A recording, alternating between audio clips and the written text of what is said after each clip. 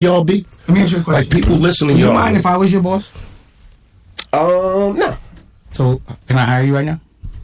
If you got the right money, yeah. How much would it take for me to be your boss? To do what? What do you mean? What do you do right now? I do bum on this job.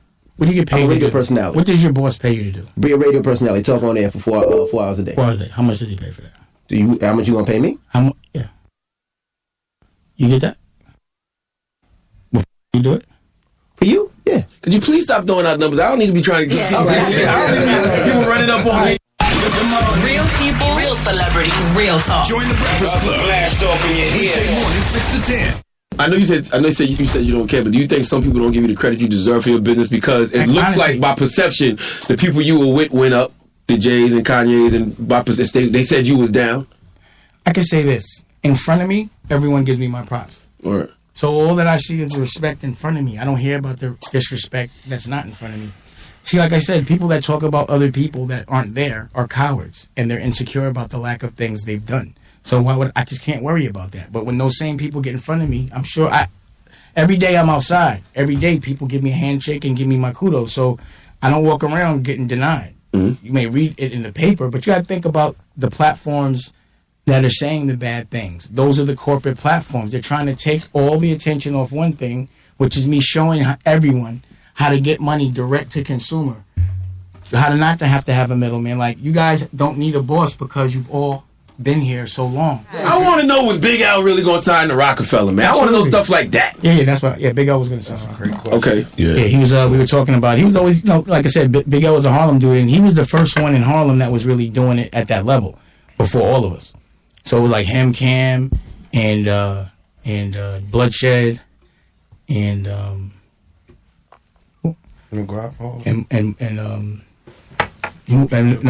of the Corn. Yeah, I was trying to think about when Mace came around. Like Mace came around a little later.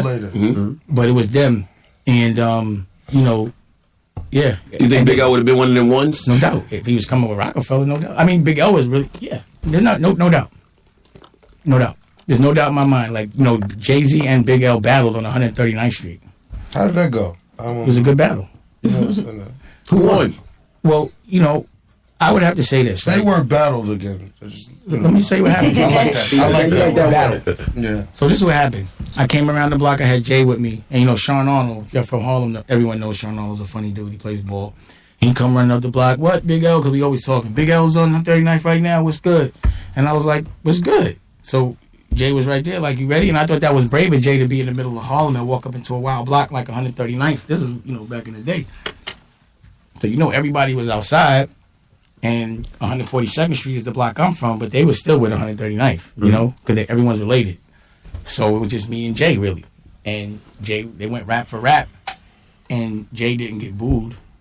You know what I mean? Like, people were saying it was a close tie.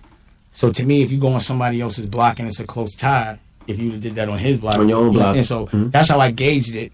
But in hindsight, I couldn't be objective because I had so much.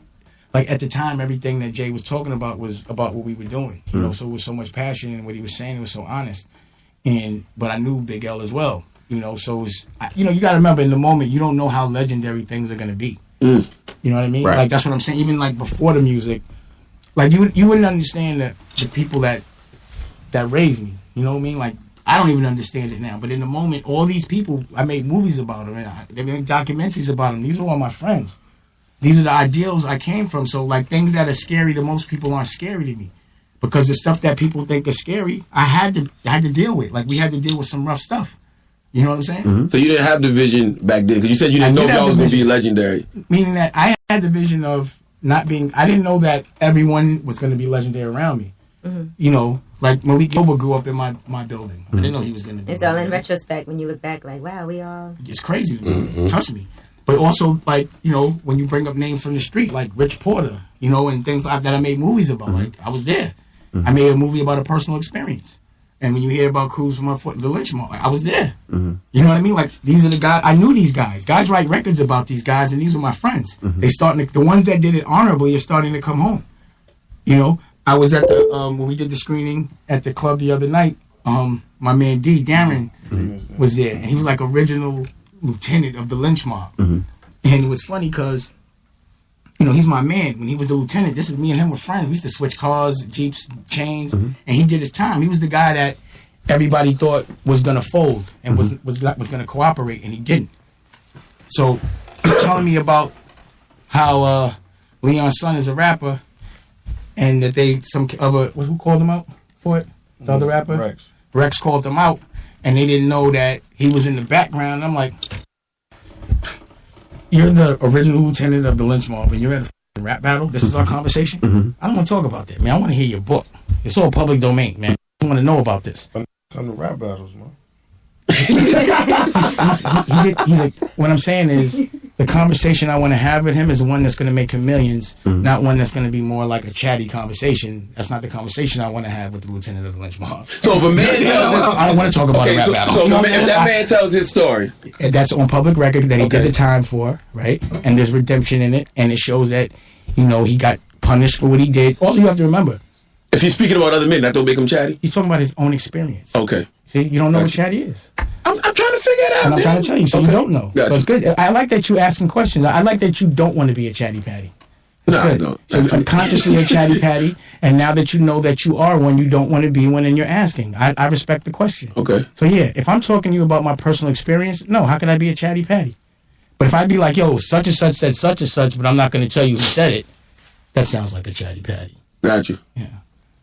Now, are you and Cameron still opening the restaurant? Yeah, that didn't work out. Oh, it didn't. I don't have time. I was doing, I do businesses for fun, and I'm doing 4 movies, paying it for myself. I moved to LA. I got the fashion. I got the Rachel Roy. I got so many businesses.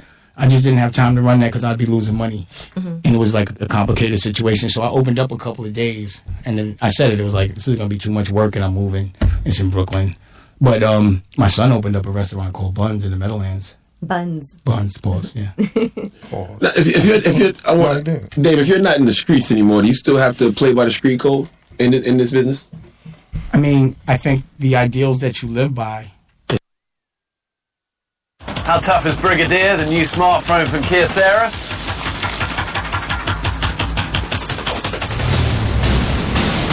Crazy tough.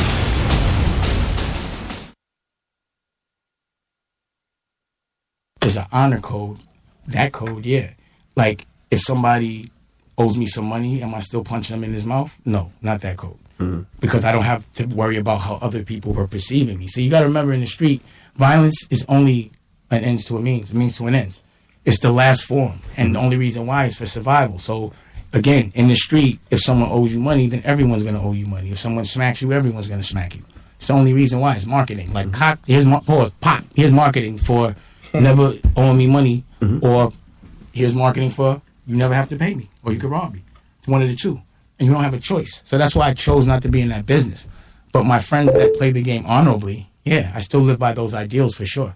Like, let me tell you this. Like, if there's a civilian in the street and they witness a murder and then they tell what they saw, that's not snitching.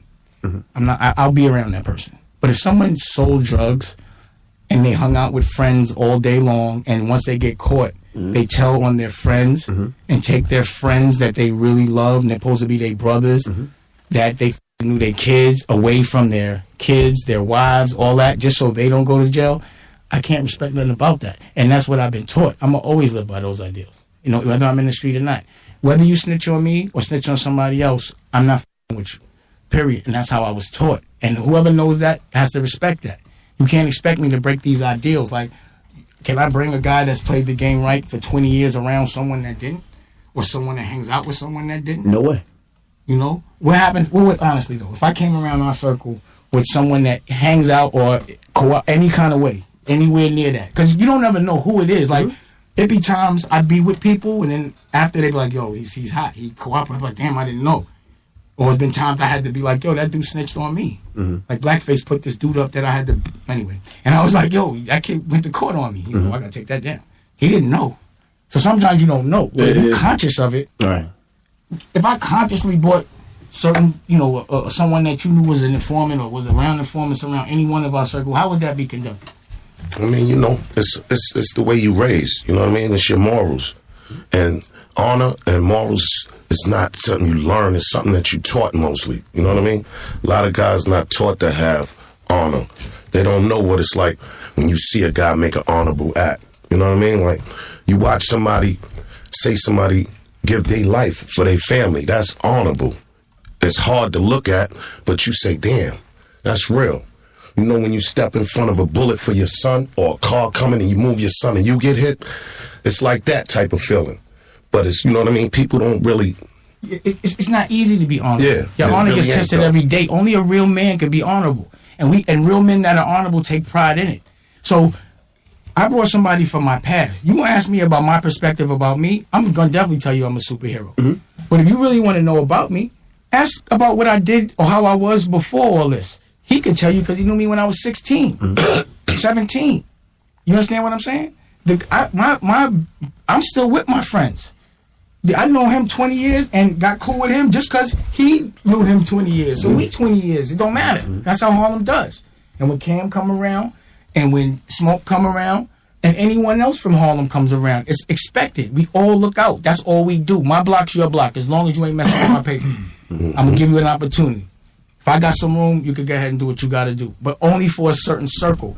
And this honor thing, people don't understand it, but it's like a curtain all over the world. And people, you'll know them. Like it's like, right? Like you'll bring a certain, and we all know the same people, and we all related to the same people. And that's who taught me, and that's who I listened to. So like when I was on the set of Too Honorable, What's Too Honorable? it's another movie I shot. Okay. The next movie, which I'm getting busy. I shot 3 movies. And big shout out to Smokey Suarez, too, the comedian. I'm about to, I have a movie with him called Mixed Nuts Balls. You remember what happened with Tuffy? And I had to, and I forgot what it was. But I was getting ready to get mad, and I had the OGs around. So I'm like, I didn't have to get mad. Tell him what you just told me. I think because he had done something, said some slick shit, and I was his boss. So I'm like, tell him what he just told me. I thought you said you wasn't nobody's boss though. I was Tuffy's boss. I fired him. On the movie set, I'm a boss. I got to get when I get into a cab, I'm the cab driver's boss. I'm paying him. Whoever's paying you is your boss at the time. For the amount of time he's paying you, that's your boss. Okay. If somebody paying me right then and there, that's why it's hard for me to do shows because that means somebody paying me. I'm like, I can't. I got to be the promoter too. I just can't have somebody be my boss. So Leo Cohen was your boss? Never in life was he my boss. Ever in life, he was never my boss ever. He might have made someone like a Chatty Patty think that he was my boss, but he never put up a dollar in his life. He was never a boss of mine. He just represented someone else's money. And that's really what makes me mad, is when other people from other cultures represent other money, they act like bosses, but they make sure we know they're our boss. So like Joey IE or Joey Amanda, whatever his name is, he's the head of black music. Why is a white man the head of black music, and what does that have a black man feel? And what did he do to deserve that?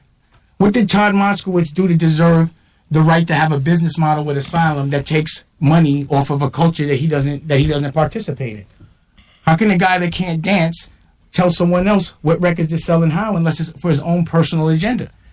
And then why would people from other cultures tell us what to do, but they can't get no money in their own culture? Did Leo Cohen break a rock and roll group that you know of? Why do more black people know about that white man than white people? He was with Jay-Z and you. No, that's not why. No 'Cause rappers. He wasn't with nobody. He thiefed Def Jam from Russell Simmons. That's what he did. And then when they sold Def Jam to Universal, they kept Lior to run the. And they had what's his name? Russell. It had nothing to do with Def Jam. That's what he did. There's always some white man in charge of black people. And there's always a white man that's not even from. And when I say culture, people that are like-minded, like Lior and Todd Moskowitz, they don't even live the culture. They don't listen to rap. When Michael Jackson came on the stage, Lior did not want to go. He didn't care. You understand what I'm saying? Well, to play devil's advocate, you got white people that work for you're you. playing devil.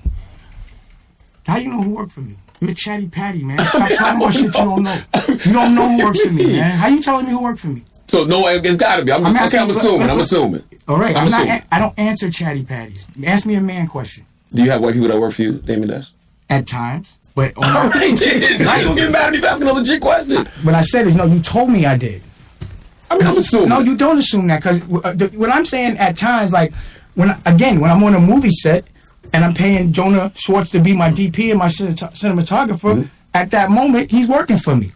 But when you want a salary, where you told what to do every day and all that, but I'm saying I'm not mad for being the boss. I didn't say I don't hire people. I'm mad at y'all for having the same job for 25 years. That's what I'm mad at. Like, I can't see how people do the same shit every day. and get told what to do every day, and have to